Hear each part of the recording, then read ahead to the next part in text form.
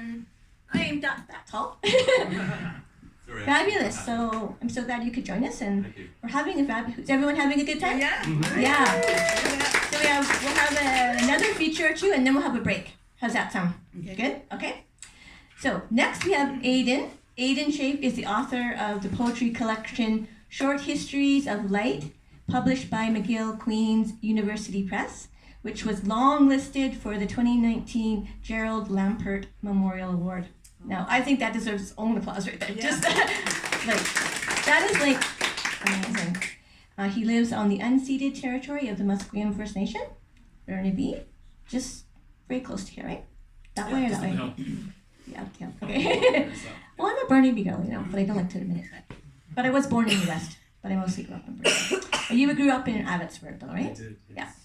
So, Aidan is also our manager of Poetry in the Park, which I don't know if you had a chance to come, but it's going to happen again next year at Queen's Park.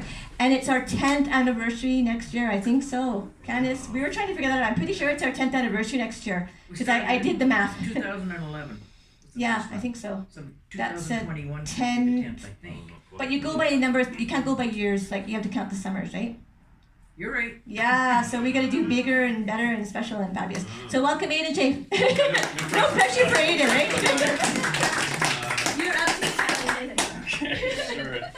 Yeah, thank you. It's wonderful. Alan, those are fantastic poems. And Candice, your stuff is wonderful, yeah. And you have it up on the wall. I forget that so many writers are also interested in the visual arts and otherwise. So that's really awesome. I'm going to, I'm going to do a bit of like, I think what Alan Hill was doing. I kind of like took poems that I don't usually see and connected them with them. So they weren't necessarily inspired, but I will connect the ones that I came in here and I thought about and then wrote poems to. I didn't have a lot of, there's only 2 or 3 of those poems, 3 of those poems that really occurred. And so I'll start with those ones and I'll maybe end with, where I'll be like, that one kind of has something in my poem and that one has something in my poem. So this one is based on, a lot of them were from this area here. I was kind of intrigued by Hannah Barbara Burwood stuff. So one was Sunrise Dream, and I didn't necessarily give this one a title.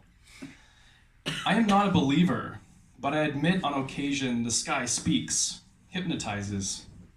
I float into its gaze, legs numb, knock-kneed, like a dumb fly. If the universe is calling, it hisses in audio static.